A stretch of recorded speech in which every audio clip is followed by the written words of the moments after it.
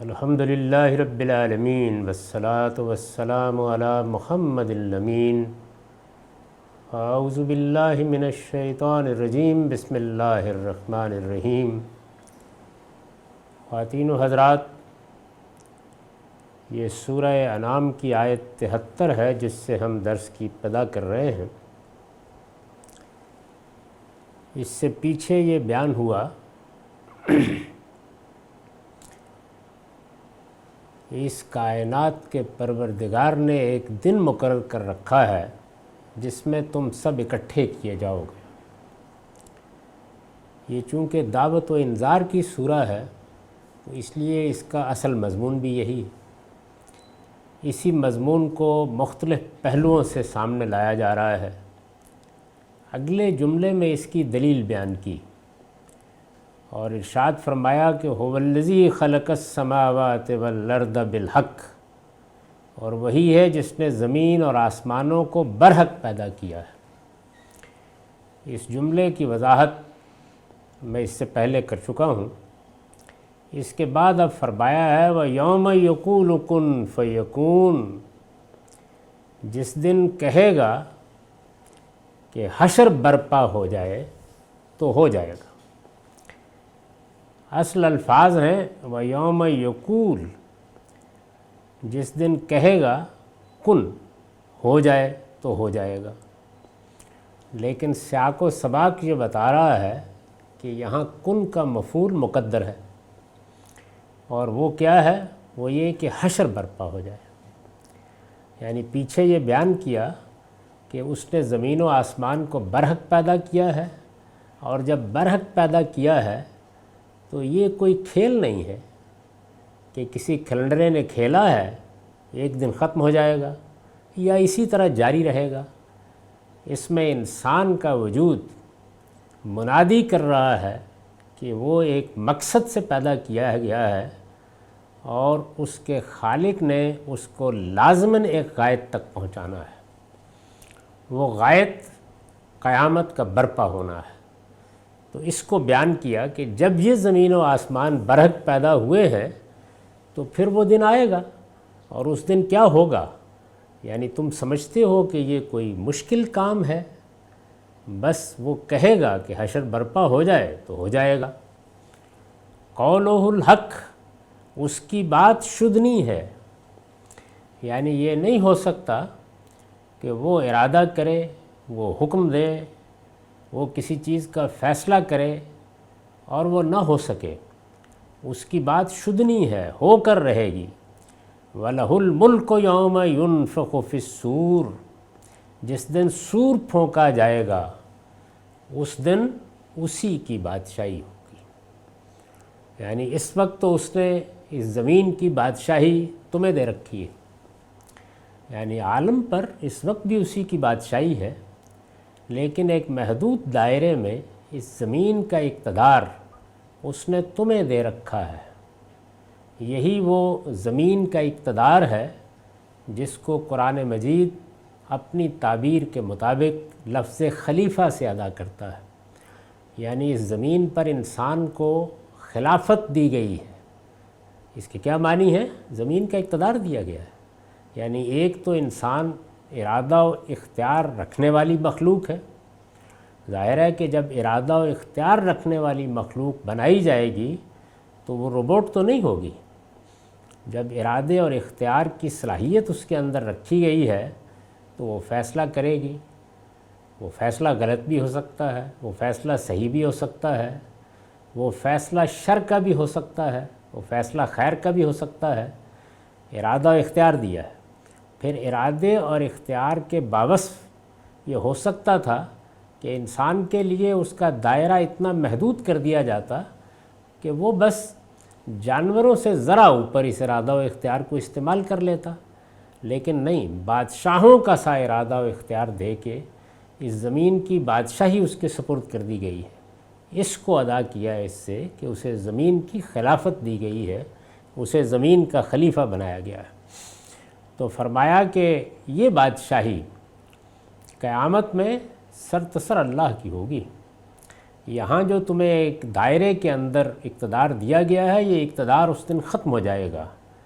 وَلَهُ الْمُلْكُ يَوْمَ يُنفَخُ فِي الصُّورِ، جس دن سور پھونکا جائے گا۔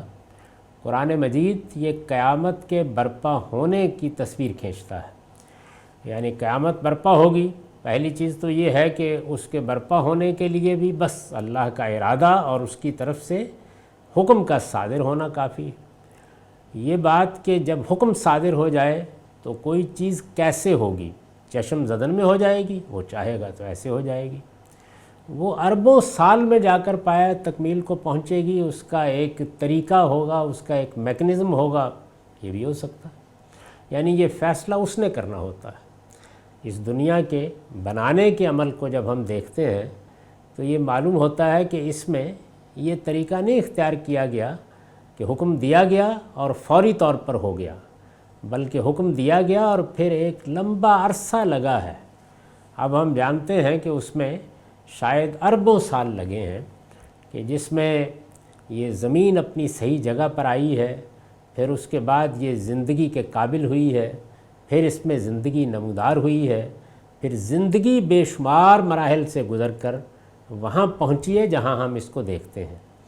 تو یہ بھی وہی کن فیکون ہے، یعنی جب کہا کہ ہو جائے تو ہونے کے لیے ایک لمبا طریقہ طے کر دیا گیا، ایک میکنزم بنا دیا گیا، ایک قانون جاری کر دیا گیا، یہ اس کے مطابق ہو رہی ہے۔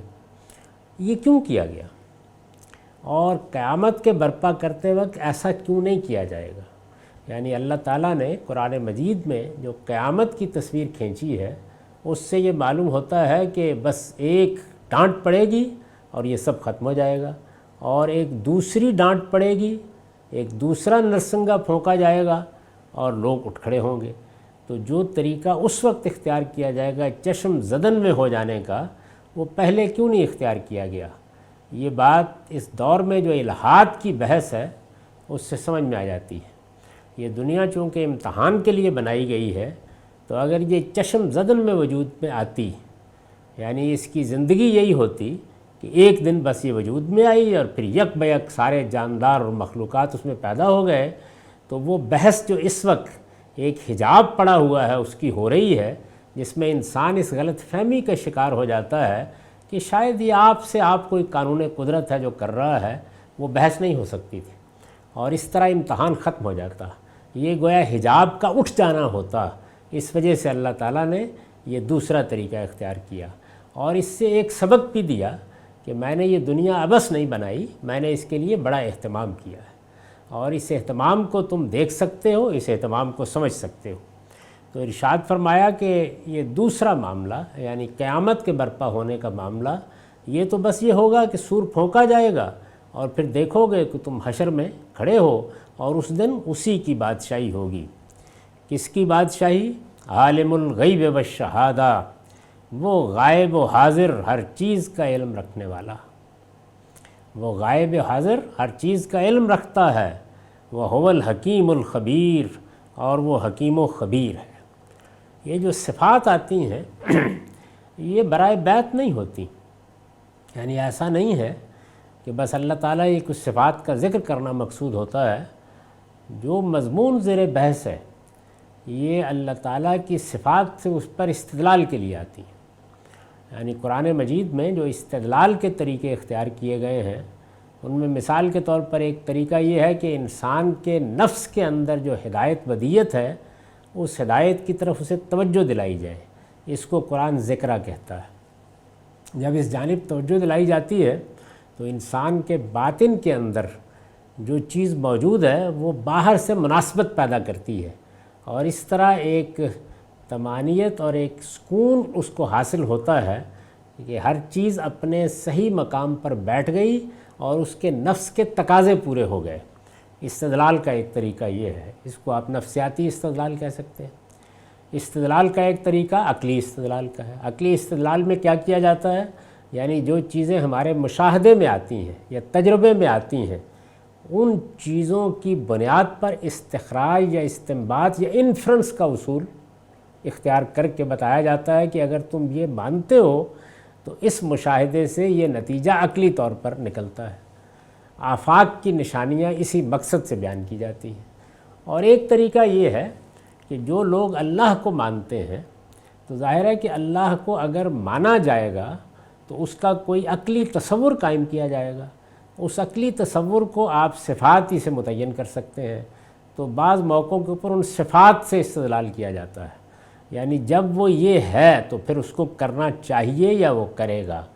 تو قرآن مجید میں عام طور پر یہ جو آیتوں کے آخر میں هو الحکیم الخبیر، هو الغفور الودود اور اس طرح کی صفات آتی ہیں تو وہ پیچھے جو بحث چل رہی ہوتی ہے یا اس کا نتیجہ بیان کرتی ہیں یا اس پر استدلال کرتی ہیں۔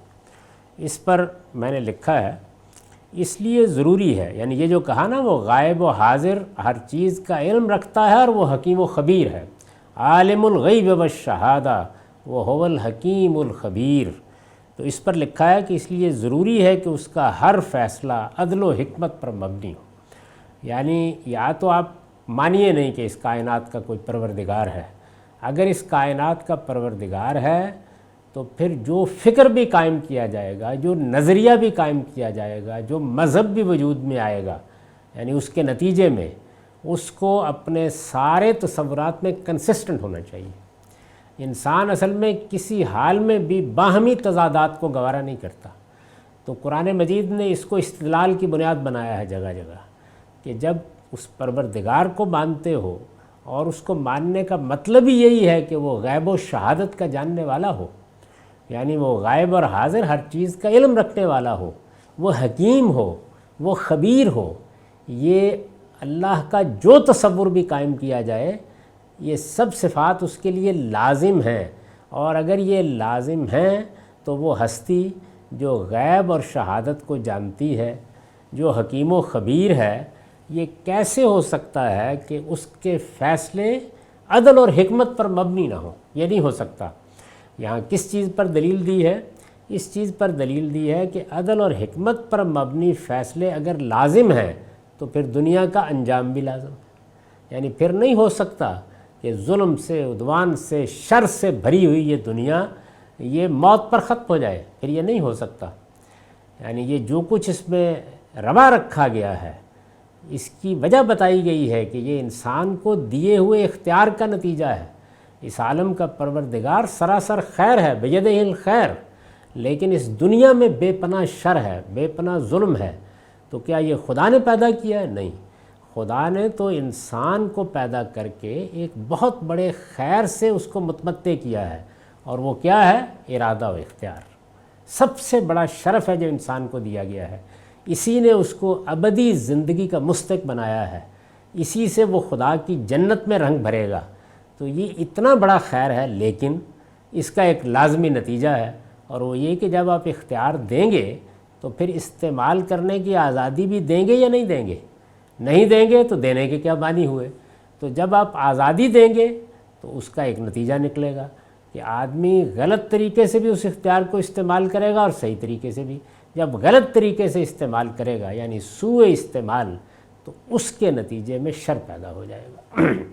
تو یہ فرمایا کہ چونکہ اس دنیا میں حکیم و خبیر خداوند ہے جس کی یہ ساری مخلوقات ہیں، تو پھر عدل و حکمت پر مبنی یہی فیصلہ ہو سکتا ہے کہ اس دنیا کو ایک دن اس کے انجام اور اس کی غایت تک پہنچایا جائے۔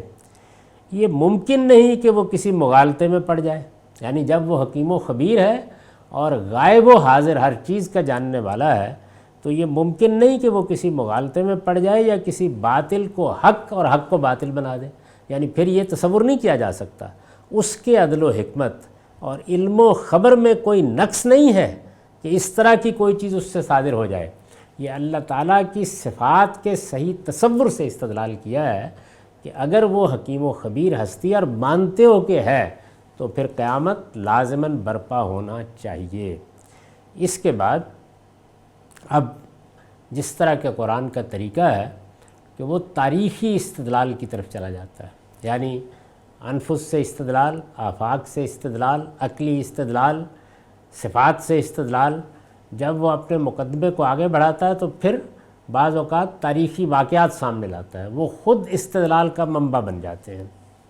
تو ارشاد ہوا انہیں ابراہیم کا واقعہ سناؤ، وَإِذْ قَالَ ابراہیم، اس طرح کے موقعوں کے اوپر اس سے پہلے، یہ چونکہ ظرف ہے تو اس سے پہلے ایک فعل مقدر ہو جاتا ہے، اس کو موقع کلام کے لحاظ سے نکالنا چاہیے۔ اب مثلا دیکھیے کہ اگر اس کو یوں ترجمہ کر دیا جائے اور یاد کرو، تو اس سے وہ مدعا واضح نہیں ہوتا، نہ ربط واضح ہوتا ہے۔ انہیں ابراہیم کا واقعہ سناؤ، مطلب یہ ہے کہ اوپر ہم نے جو استدلال کیا ہے اس کی تاکید مزید کے لیے انہیں ابراہیم کا واقعہ سناؤ۔ اس پر میں نے ایک نوٹ لکھا ہے، وہ سن لیجئے۔ آگے دوسرے نبیوں کا بھی ذکر ہے، یعنی اب کچھ دوسرے پیغمبروں کا بھی ذکر آگے آئے گا، جیسے کہ قرآن کا عام طریقہ ہے، لیکن یہاں فرمایا کہ ابراہیم کا واقعہ سناؤ۔ آگے دوسرے نبیوں کا بھی ذکر ہے، لیکن ابراہیم علیہ السلام کا واقعہ خاص اہتمام کے ساتھ اس لیے سنایا جا رہا ہے کہ بنی اسماعیل، یعنی جو اس سورہ کے مخاطبین ہیں، قریش، رسول اللہ صلی اللہ علیہ وسلم کے خاندان کے لوگ جن میں آپ کی بعثت ہوئی، لیکن ابراہیم علیہ السلام کا واقعہ خاص اہتمام کے ساتھ اس لیے سنایا جا رہا ہے کہ بنی اسماعیل بھی انہیں اپنا خاندانی بزرگ اور مذہبی پیشوا مانتے تھے، اور بنی اسرائیل بھی، یعنی بنی اسماعیل بھی اور بنی اسرائیل بھی، سیدنا اسحاق کی اولاد بھی اور سیدنا اسماعیل کی اولاد بھی، دونوں سیدنا ابراہیم کے بیٹے۔ پھر دونوں یہ دعویٰ بھی رکھتے تھے کہ جس دین پر وہ اس وقت عمل پیرا ہیں اس کی وراثت انہوں نے سیدنا ابراہیم سے پائی ہے۔ یعنی جس طرح اس وقت مسلمانوں کے جتنے گروہ ہیں، وہ شیعہ ہوں، وہ سنی ہوں، پھر وہ سنیوں کے مختلف گروہ ہوں، وہ شیعوں کے مختلف گروہ ہوں، سب یہی کہتے ہیں کہ یہ دین جس پر ہم عمل پیرا ہیں، یعنی اپنی تعبیر کے مطابق اس کی وراثت ہم نے محمد الرسول اللہ صلی اللہ علیہ وسلم سے پائی ہے۔ تو بالکل اسی طریقے سے بنی اسماعیل اور بنی اسرائیل نہ صرف یہ کہ سیدنا ابراہیم علیہ السلام کو اپنا بزرگ، اپنے خاندان کا سربراہ، اس کی پدہ مانتے تھے، بلکہ یہ بات بھی مانتے تھے یا اس کا دعویٰ رکھتے تھے کہ جو دین ان کے پاس ہے یہ وہی ہے جو ابراہیم علیہ السلام نے دیا تھا۔ اب یہ ایک الگ بات ہے، جیسے کہ اب بحث کرنا پڑ جاتی ہے، بتانا پڑ جاتا ہے کہ جس دین کو آپ محمد الرسول اللہ صلی اللہ علیہ وسلم کا دین سمجھ رہے ہیں اس میں یہ بدعت آپ نے داخل کر دی ہے، اس میں یہ شرک داخل کر دیا ہے، اس میں یہ ضلالت اور گمراہی داخل کر دی ہے، تو یہ بتانا پڑتا ہے۔ تو یہ دونوں بھی یہی دعویٰ رکھتے تھے۔ تو فرمایا کہ انہیں ابراہیم کا واقعہ سناؤ۔ کون سا واقعہ؟ وَإِذْ قَالَ إِبْرَاهِيمُ لِأَبِيهِ آزر، جب اس نے اپنے باپ آزر سے کہا تھا، أَتَتَّخِذُ أَصْنَامًا آلِهَةً، کیا تم بتوں کو معبود بنائے بیٹھے ہو؟ یعنی تم نے ان پتھر کی مورتیوں کو معبود بنا لیا ہے۔ یہاں پر یہ بھی سمجھ لیجئے کہ پتھر کی مورتیاں تو اصل میں علامت ہوتی ہیں، اس کے پیچھے کچھ تصورات و کچھ مضمومات ہوتے ہیں، معبود اصل میں ان کو بنایا جاتا ہے، لیکن پتھر کی مورتیوں میں گویا ان کا ایک زندہ تعلق مان لیا جاتا ہے، تو اس وجہ سے جب ہدایت کی بات کی جاتی ہے تو اسی کو موضوع بنا لیا جاتا ہے۔ تو کہا کہ أَتَتَّخِذُ أَصْنَامًا آلِهَةً، کیا تم بتوں کو معبود بنائے بیٹھے ہو؟ إِنِّي أَرَاكَ وَقَوْمَكَ فِي ضَلَالٍ مُبِينٍ، میں تو تمہیں اور تمہاری قوم کو کھلی گمراہی میں دیکھ رہا ہوں۔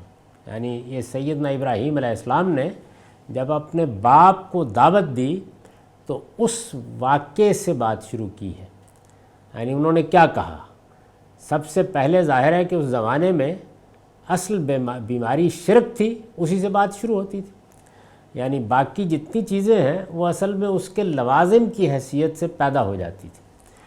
پیغمبروں نے بارہا یہ بھی کیا ہے کہ ان خرابیوں کو موضوع بنایا ہے جو زیادہ نمایاں ہو کر اخلاقی فساد کا باعث بن گئی تھی، جیسے کم تولنا، جیسے ڈاکے ڈالنا، جیسے چوری کرنا، جیسے قوم لوط کی بیماری۔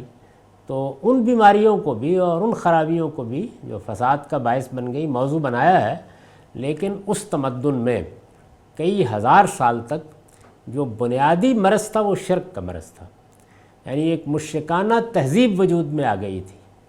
یہ تصور کہ ایک ہی خدا کو مانا جائے یہ لوگوں کے لیے ناقابل فہم ہو چکا تھا، یعنی وہ باور ہی نہیں کر پاتے تھے کہ اس کائنات کا ایک ہی پروردگار ہے اور ہمارے ساتھ اس کے رشتے میں کچھ واسطے نہیں ہیں۔ یعنی یہ بیماری جو ہے برسوں صدیوں تک اور اب بھی موجود ہے اور معلوم نہیں کب تک رہے گی۔ دنیا کے بڑے بڑے حصوں میں لوگ آج بھی اس کا تصور کرنے میں مشکل محسوس کرتے ہیں کہ ایک ہی پروردگار ہے، اس پروردگار کے ہاتھ میں اس عالم کا نظم ہے اور ہم براہ راست اس سے بات کر سکتے ہیں، دعائیں کر سکتے ہیں، وہ اپنے بندوں کی دعائیں سنتا ہے اور اپنی حکمت کے مطابق ان کا جواب دیتا ہے۔ تو یہ ماننا ذرا انسان کے لیے مشکل رہا ہے۔ چنانچہ سیدنا ابراہیم علیہ السلام نے بھی سب سے پہلے اپنے باپ کو اسی جانب توجہ دلائی۔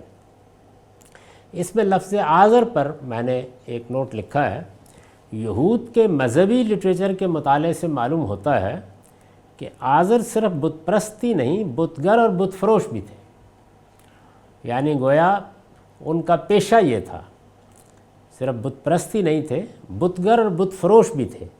قرآن نے اپنے عام اسلوب کے خلاف ان کے نام کی تصریح غالباً اس لیے کی ہے، قرآن مجید کا عام طریقہ یہ نہیں ہے کہ وہ نام لے افراد کے، بہت کم نام ہیں جو آپ دیکھیں گے، مثلا صحابہ کرام اس پوری کشمکش میں بڑی غیر معمولی حیثیت رکھتے ہیں، ان سے متعلق قرآن مجید کے باب ہیں جن میں ان کو مخاطب کیا گیا ہے، ان کو ذمہ داریاں بتائی گئی ہیں، ان کے بعض اعمال افعال پر تبصرے کیے گئے ہیں، لیکن اگر آپ غور کر کے دیکھیں تو نام ایک سیدنا زید کا آیا ہے۔ اسی طرح قریش کی قیادت ہے تو اس میں بھی آپ دیکھیے تو نام صرف ابو لہب کا آیا ہے۔ تو اس طرح بہت کم ایسا ہوتا ہے کہ قرآن مجید نام کی تصریح کرے۔ کیوں کی ہے؟ قرآن نے اپنے عام اسلوب کے خلاف ان کے نام کی تصریح، یعنی اتنا کافی تھا کہ ابراہیم نے اپنے باپ سے کہا، لیکن اپنے باپ آزر سے کہا۔ ان کے نام کی تصریح غالباً اس لیے کی ہے کہ وہ اس اختلاف کو رفع کرنا چاہتا ہے جو یہود و نصارہ کے ہاں اس نام کے بارے میں پایا جاتا ہے۔ یعنی وہ اختلاف یہاں تک بڑا ہے کہ بہت سے لوگ تو ان کو باپ ماننے کے لیے تیار نہیں ہیں، تو قرآن مجید نے تصریح کر دی کہ وہ ان کے باپ تھے اور ان کا نام آزر تھا، تو انہوں نے اپنے باپ سے یہ کہا کہ یہ آپ کن چیزوں کو معبود بنا کے بیٹھے ہوئے ہیں؟ میں تو تمہیں اور تمہاری قوم کو کھلی گمراہی میں دیکھ رہا ہوں۔ یہ جو اب نتیجہ ہے، یعنی قرآن مجید کا ایک اسلوب یہ ہے کہ بات جو ہے وہ ایک تو طریقہ یہ ہے کہ آپ ابتدا سے شروع کر کے انتہا پر لے جائیں، نتیجے کو پہلے بیان کر دیا کہ گویا ان کی قوم جس گمراہی میں مبتلا تھی، ان کا باپ جس گمراہی میں مبتلا تھا، انہوں نے اس کی طرف انہیں توجہ دلائی۔ وہ یہاں تک کیسے پہنچے، استدلال انہوں نے کیسے کیا، انہوں نے اپنی قوم کے سامنے یہ بات کیسے رکھی، اب قرآن مجید اس کی تفصیل کرے گا۔ تو فرمایا وَكَذَلِكَ نُرِي إِبْرَاهِيمَ مَلَكُوتُ السَّمَاوَاتِ وَالْأَرْضِ وَلِيَكُونَ مِنَ الْمُوقِنِينَ، ابراہیم کو ہم اسی طرح زمین اور آسمانوں کی بادشاہی کا مشاہدہ کراتے تھے۔ یعنی یہ اصل میں وہ استدلال کا پہلو ہے جس کی طرف قرآن نے توجہ کی ہے۔ یہ ملکوت السماوات والارض ہے، اس کے لیے لفظ ملکوت بھی بہت معنی خیز ہے، یعنی یہ زمین و آسمان مادے کا ڈھیر نہیں ہے، یہ ایک منظم حکومت ہے جو چل رہی ہے۔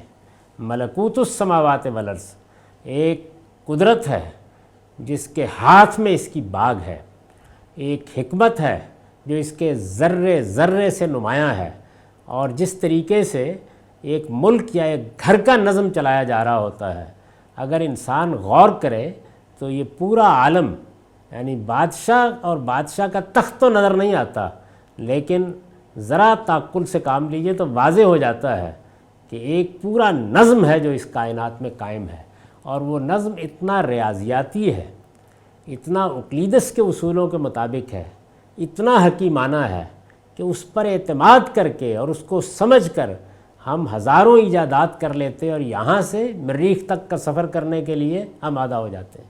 یہ ایسی بادشاہی ہے، تو اس کا مشاہدہ کراتے تھے۔ اس کا مشاہدہ کرنے کے نتیجے کیا نکلنے چاہیے؟ یعنی یہ مشاہدہ جو ہے یہ اس مقصد کے لیے بھی ہوتا ہے جس طرح کہ ہمارے سائنسدان کرتے ہیں، لیکن سائنسدان مشاہدہ کرتا ہے تو اس کے پیش نظر بالکل دوسری بات ہوتی ہے۔ وہ اصل میں اس عالم کے میکنزم کو سمجھنا چاہتا ہے. یعنی ایک شخص کے سامنے اگر آپ گاڑی کھڑی کر دیجئے اور وہ مکینک ہے تو وہ یہ جاننے کی کوشش کرے گا کہ یہ گاڑی کیسے چلتی ہے اور اس میں کیا خرابی پیدا ہو گئی، یہ ٹھیک چل رہی ہے. تو گویا اس کے سامنے اصل توجہ کا مرکز اس کا میکنزم ہوگا اور پھر وہ اسی کی بنیاد پر آراء قائم کرے گا.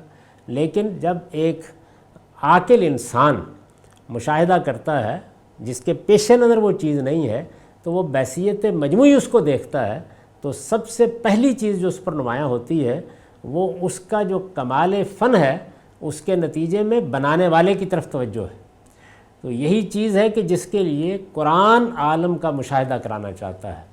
یعنی وہ یہ چاہتا ہے کہ اس عالم کا مشاہدہ کر کے انسان بحیثیت مجموعی یہ دیکھے کہ یہ حکمت سے پر بنی ہوئی کائنات، یہ انتہائی عظمت کے ساتھ نمایاں کائنات جس کی عظمت اب ہمارے پیمانوں کی گرفت میں نہیں آتی، جس کے فاصلے ہماری گنتی کی گرفت میں نہیں آتے، جس کے سامنے انسان ایک عاجز بھونگے کی طرح ہو کر رہ جاتا ہے، یہ غیر معمولی کائنات، یہ پرعظمت کائنات، یہ پرحکمت کائنات، یہ کیا آپ سے آپ وجود میں آ گئی ہے، آپ سے آپ چل رہی ہے؟ کیا کوئی اندھا بہرا قانون ہے محض جو اس کو چلاتا جا رہا ہے؟ تو یہ بات کسی طرح بھی کسی عاقل انسان کے لیے باور کرنی ممکن نہیں ہوتی. اس وجہ سے جو لوگ میکنزم پر توجہ دیتے ہیں آپ دیکھیے کہ ان کی ساری توجہ کا مرکز چونکہ وہ بن جاتا ہے تو مشاہدے کا جو اصل نتیجہ نکلنا چاہیے ان میں سے بہت کم نکال پاتے ہیں. اور ایک کسان اور ایک دہقان جو صحرا میں کھڑا ہو جاتا ہے وہ یہ نتیجہ نکال لیتا ہے، اس لیے کہ اس کی توجہ کا مرکز بالکل دوسری چیز ہے. تو زمین و آسمان کی بادشاہی کا مشاہدہ کراتے تھے، کس طرح؟ اس طرح کہ جس سے وہ نتیجے نکالتا تھا. یہ اس پر ایک تفصیلی نوٹ ہے اور وہ چونکہ بہت اہم ہے تو اس کو سن لیں. اصل الفاظ ہیں کذالک نوری ابراہیم. قرآن مجید میں متن میں اصل الفاظ کیا ہیں وہ یہ ہے.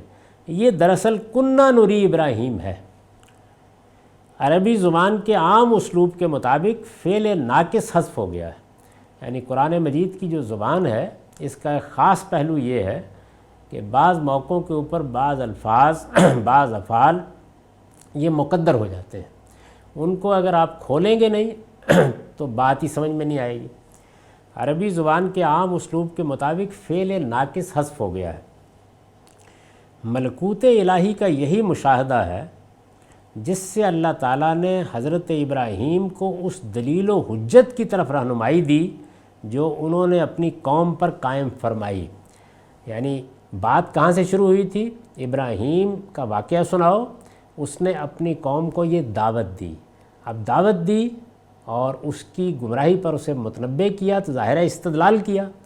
تو جو استدلال آگے آ رہا ہے اس استدلال کی بنیاد کیا تھی؟ ملکوت الہی کا یہ مشاہدہ.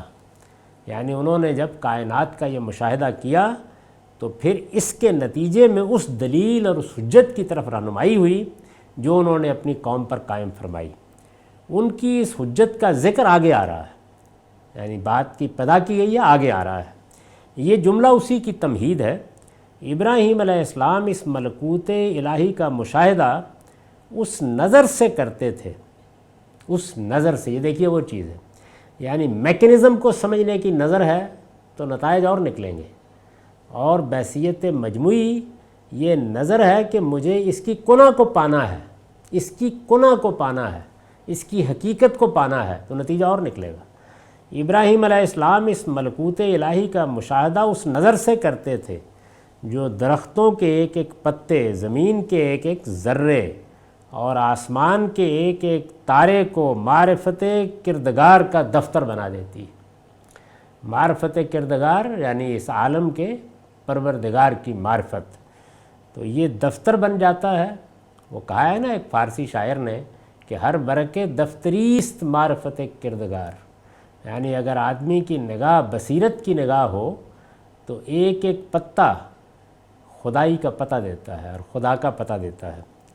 استاد امام لکھتے ہیں جہاں تک غور کرنے کا تعلق ہے اس ملکوت پر غور تو ایک سائنسدان بھی کرتا ہے، لیکن وہ سارا غور و فکر اپنی ذات یا اپنے محدود ماحول کو محور بنا کر کرتا ہے، یعنی اس کا اصل میں جو تعلق پیدا ہوتا ہے وہ اپنی ذات کے حوالے سے پیدا ہوتا ہے اور اپنے ماحول کی ضرورتوں کے حوالے سے پیدا ہوتا ہے۔ اس کی نگاہ صرف اپنے نفع عاجل پر ہوتی ہے، اس وجہ سے وہ ان حقائق تک پہنچنے کی کوشش نہیں کرتا جو اس کی نگاہ کو اس کے مطلوب نفع عاجل سے ہٹا دے، یعنی اس نے اس چیز کے قوانین کو سمجھنا ہے، اس کے نتیجے میں اس کو اپنی دنیا کے لیے کوئی چیز پیدا کرنی ہے۔ تو یہ جو اس کا محرک ہے یہ اصل میں وہاں سے نظر ہٹنے نہیں دیتا۔ وہ چمن میں کھلے ہوئے گلاب کو اس نگاہ سے دیکھتا ہے کہ اس سے گلقند یا اسی طرح کی کوئی اور چیز تیار ہو سکتی ہے جس سے فلاں فلاں فائدے حاصل کیے جا سکتے ہیں، اور یہی اسے کرنا چاہیے، اس لیے کہ وہ تو یہ دیکھے گا کہ اچھا انسانی جسم کا مطالعہ کیا جائے کہ کیا اگر کوئی بیماری اس کو ہو جائے یا کوئی عضو کاٹنا پڑ جائے تو سرجری کے کیا طریقے اختیار کیے جائیں گے، اس کے سامنے یہ چیز ہوگی۔ اس کے بعد وہ اس چکر میں نہیں پڑتا کہ اس پھول کے حسن و جمال، اس کی رانائی و دلکشی، اس کی عطر بیزی و مشام نوازی میں اس کے سانے کی قدرت، کاریگری، حکمت، رحمت اور ربوبیت کے جلوے دیکھنے کی کوشش کرے، یعنی یہ اس کا زاویہ نظر نہیں ہوتا، اور ان جلووں سے بے خود ہو کر پھول سے گزر کر پھول کے پیدا کرنے والے کے جمال و کمال کے مشاہدے میں غرق ہو جائے۔ یعنی یہ بتایا گیا کہ اصل میں جو آپ کا زاویہ نظر ہے وہ نتائج کو مختلف کر دیتا ہے۔ ایک گھڑی کا مطالعہ کرنے والا جب گھڑی کے پرزے کو کھولتا ہے تو اس کے پیش نظر یا یہ ہوتا ہے کہ یہ کیسے چل رہی ہے اس کو سمجھا جائے، یا اگر اس پہ خرابی ہو جائے تو اس کو دور کر دیا جائے، یا اس کے چلنے کے عمل کو بہتر کیسے کیا جا سکتا ہے۔ تو اس کا چونکہ زاویہ نظر یہ ہے تو وہ اسی کے حقائق کو کھولتا چلا جاتا ہے، اور وہ بھی غیر معمولی چیزیں ہیں جو اس سے پیدا ہو جاتی ہیں اور وہ ہوئی ہیں۔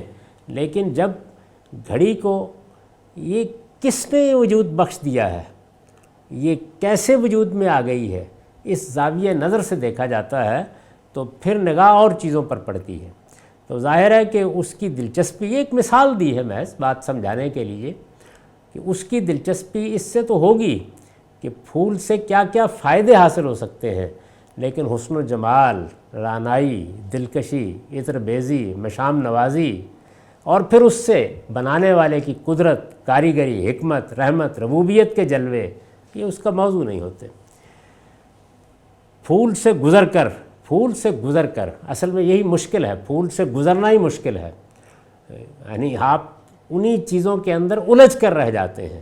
پھول سے گزر کر پھول کے پیدا کرنے والے کے جمال و کمال کے مشاہدے میں غرق ہو جائے، اے گل بتو خرسندم تو بوئے کسے داری، یعنی جو یہ چیز ہے، یہ احتزاز ہے کہ پھول کو دیکھ کر کسی اور کی خوشبو سونگھ لی جائے، یہ اس کا موضوع نہیں ہوتا۔ حالانکہ ایک صاحب نظر کے لیے پھول کا یہی پہلو زیادہ جاذب نظر ہے۔ وہ یہ سوچتا ہے کہ اگر پھول سے مقصود صرف گلقندی ہوتا تو صرف اس مقصد کے لیے اس کی ایک ایک پنکھڑی پر قدرت کو اس فیاضی کے ساتھ گلکاری کی کیا ضرورت تھی، یعنی یہ جو مادے کے ڈھیر سے زندگی کو پیدا ہونا ہوتا تو اس کے لیے یہ تنوع اور یہ شانیں اور یہ کمالات، اس کی کیا ضرورت تھی۔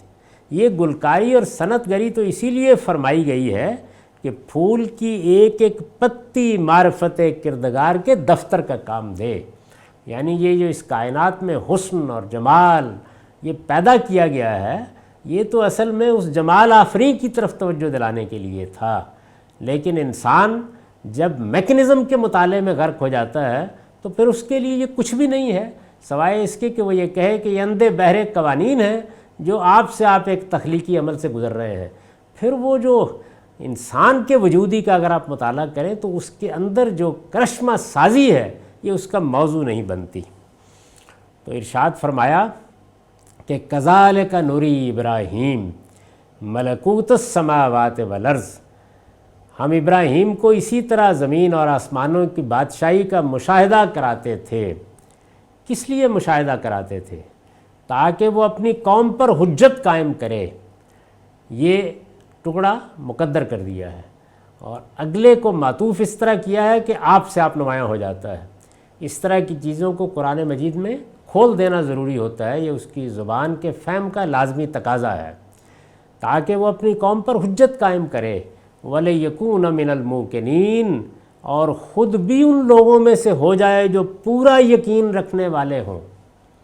ظاہر ہے کہ جب انسان اس کائنات پر ایک نظر ڈالتا ہے تو گمان غالب تو ہو جاتا ہے کہ اس کائنات کا ایک خالق ہے، لیکن یہ گہرا تدبر، گہرا تفکر ہے کہ جس کے بعد یقین کی منزل آتی ہے۔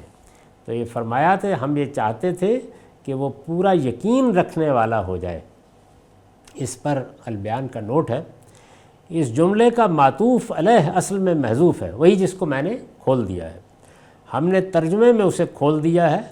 آگے کی آیتوں میں تلک حجتنا آتیناہ ابراہیم علی قومہ کے الفاظ سے اس کا تعین ہو جاتا ہے، یعنی یہ جو یہاں کھول دیا ہے تو یہ الٹپ نہیں کھول دیا، بلکہ آگے آپ پڑھیں گے تو واضح ہو جائے گا کہ خود قرآن بتائے گا کہ اصل میں یہ مشاہدہ اس لیے کرایا گیا تھا۔ اس میں جس یقین کا ذکر ہے وہ ایمان سے اوپر کا درجہ ہے، یعنی ایمان تو یہ ہے کہ ایک گمان غالب کی بنیاد پر آپ نے یہ مان لیا کہ اس کائنات کا ایک پروردگار ہے یا ہونا چاہیے۔ اسی وجہ سے قرآن مجید نے خود ایک جگہ یہ تعبیر اختیار کی ہے کہ یظنون انہم ملاقو ربہم، وہ گمان غالب رکھتے ہیں کہ ایک دن اپنے پروردگار سے جا ملیں گے۔ ایک عام آدمی کی حیثیت سے یہ ایمان کا درجہ ہے، یہ ایمان یقین کے درجے تک کیسے پہنچتا ہے، یہ اس سے اوپر کی چیز ہے۔ استاذ امام لکھتے ہیں، ایمان ایک عام چیز ہے جس کے لیے اگر فطرت سلیم ہو تو اندر کا وجدان بھی کافی ہوتا ہے، یعنی عقلی استدلال کی بھی ضرورت نہیں ہوتی۔ انسان کے اندر ایک طلب پائی جاتی ہے خداوند کے لیے، بس وہ کافی ہے۔ لیکن یقین فکر و نظر، تفکر و تدبر اور ملکوت الہی کے علم و مشاہدے سے پیدا ہوتا ہے۔ اس میں فکر و نظر کی ضرورت ہوتی ہے، آپ رک کر غور کریں، ایک ایک حکمت کو سمجھیں، ان حکمتوں کے پیچھے دیکھیں۔ تفکر و تدبر یعنی کبھی اپنا سر اپنی گود میں رکھ کر غور و فکر کے کچھ منازل سے گزریں، اور پھر یہ کہ یہ ملکوت الہی کیا ہے۔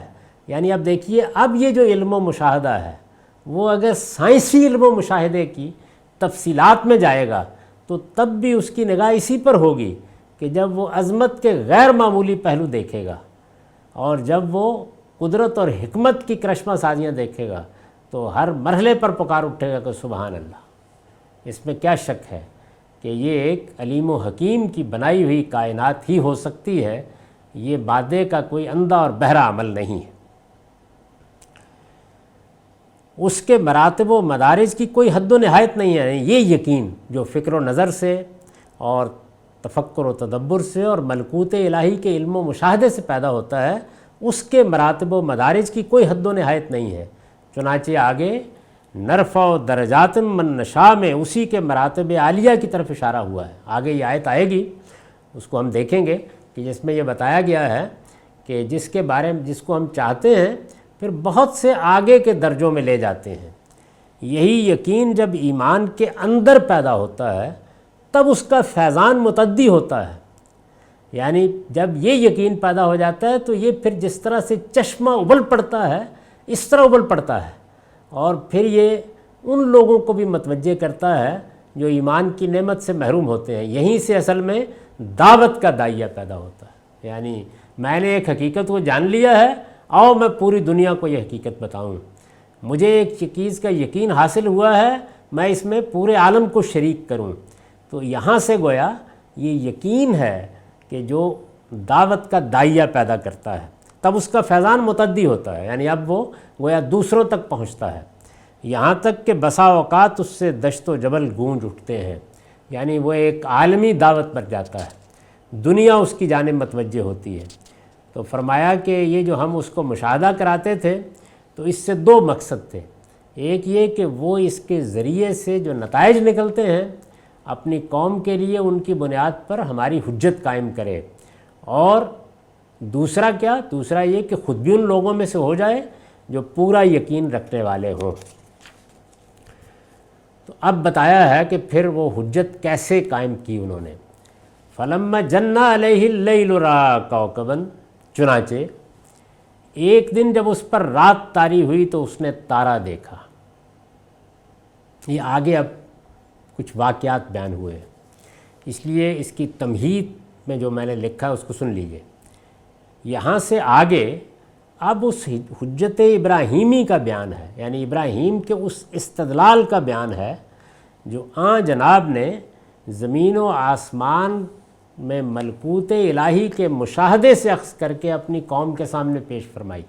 یعنی پیچھے ذکر ہے کہ ہم ابراہیم کو اس طرح ملکوت الہی کا مشاہدہ کراتے تھے. اب اس ملکوت الہی کے مشاہدے سے اخذ کر کے وہ کیا حجت تھی جو پیش فرمائی وہ آگے آ رہی ہے. اس میں بنائے استدلال یہ حقیقت ہے، یعنی پہلے ہی سمجھ لیجئے کہ کیا چیز ہے جس کو انہوں نے دلیل بنایا ہے. بنائے استدلال کس چیز کو بنایا ہے؟ اس میں بنائے استدلال یہ حقیقت ہے کہ جن چیزوں کو معبود سمجھ کر لوگ ان کی پرستش کرتے ہیں وہ سب محکوم و مقہور، اپنی تقدیر کے پابند اور اپنے خالق کے احکام و قوانین کے تحت مسخر ہیں. یعنی جب سورج کو دیوتا مانا جائے گا، جب چاند کو دیوتا مانا جائے گا، جب تاروں کی پرستش کی جائے گی تو ظاہر ہے کہ ان کی تابانی اور ان کی شان اور ان کی شوکت اور ان کی حرارت بخشی یہ نگاہ میں ہوگی. لیکن یہ کہ یہ سب کچھ جو ہے یہ ان کا ذاتی نہیں ہے، وہ تو ایک تقدیر ہے جس کے پابند ہے، اور اس لحاظ سے گویا کوئی اور ہے کہ جس نے انہیں فیض رسانی پر لگا رکھا ہے. تو یہ پہلو نمایاں کرنے کے لیے یعنی ستارہ کیا تیری تقدیر کی خبر دے گا، وہ خود فراخی افلاک میں ہے خار و زبوں. تو یہ فراخی افلاک میں ان تاروں اور چاند اور ماہ و کواکب کا خار و زبوں ہونا، ان کا اس طریقے سے طلوع ہونا ایک قانون کے تحت، ڈوب جانا ایک قانون کے تحت، یہ ہے اصل میں جس کو نمایاں کیا ہے تاکہ مخاطب جو ان کے اس پہلو کی بنیاد پر انہیں معبود بنائے بیٹھا ہے اس کی حماقت اس پر واضح ہو. وہ سب محکوم و مقہور، اپنی تقدیر کے پابند اور اپنے خالق کے احکام و قوانین کے تحت مسخر ہیں. ان میں سے کوئی چیز ان احکام و قوانین سے سرے منہ انحراف نہیں کر سکتی. مجال نہیں ہے کہ جو زمین کے دوسری طرف جا کے اندھیرا پیدا کر دینے کا عمل ہے اس کو روکا جا سکے. یعنی یہ بالکل ایک قاعدے کے اندر پابند ہے. اب ہم کتنے پابند ہیں جانتے ہیں، اب ہم روشنی کیسے پیدا کرتے ہیں جانتے ہیں، لیکن ظاہر ہے کہ اس وقت کا ایک عمومی مشاہدہ جو تھا اس کو بنا استدلال بنایا. تو کیسے؟ چنانچہ ایک دن فلما جن علیہ اللیل رأى کوکبا. اب طریقہ کیا اختیار کیا انہوں نے؟ طریقہ یہ اختیار کیا، دیہاتی ماحول ہے، چوپال میں لوگ عام طور پر بیٹھتے ہیں. کوئی آدمی ہے کہ وہ بیٹھا ہوا گفتگو کر رہا ہے، کسی نے حقے کی نال منہ میں لی ہوئی ہے، کوئی ہے کہ وہ تھوڑی دیر کے لیے ذرا یہیں کہیں تکیہ لگا کر لیٹ گیا ہے. تو اس طرح کا ماحول دیہات میں عام طور پر ہوتا ہے. چھوٹے چھوٹے گاؤں یا دیہات یا قصبے جو ہیں ان میں اس طرح لوگ بیٹھتے ہیں عام طور پر چوپال میں. تو یہ صاف معلوم ہوتا ہے کہ اس طرح کے کسی موقع کے اوپر جب رات طاری ہوئی اور تارا چمکا اور ابراہیم نے دیکھا. چنانچہ ایک دن جب اس پر رات طاری ہوئی تو اس نے تارا دیکھا اور لوگوں کو متوجہ دیکھ کر، یعنی لوگوں کی نگاہ تھی ان کی جانب، اور کہا یہ میرا رب ہے. قال ھذا ربی، ظاہر ہے کہ وہ لوگ یہی کچھ مانتے تھے. فلما افلا قال لا احب الافلین، یہ ایک دن کہہ دیا. اب ظاہر ہے کہ ان کے خیالات میں تبدیلی آ رہی تھی، وہ ایک دعوت لے کر اٹھنے والے تھے، اٹھ کھڑے ہوئے تھے جیسے کہ آگے آئے گا. اب انہوں نے اپنی قوم کو متوجہ کرنا ہے تو ایک دن انہوں نے یہ بات کہہ دی. تو لوگوں کو خیال ہوا کہ ہمارے ہی دین مذہب کی بات کر رہا ہے. لیکن پھر ایک موقع آیا، تو اسی طرح کے ایک موقع پر جب تارا ڈوب گیا، فلما افلا قال لا احب الافلین، تو اس نے کہا میں خدائی کے لیے ان کو پسند نہیں کر سکتا جو ڈوب جانے والے ہیں.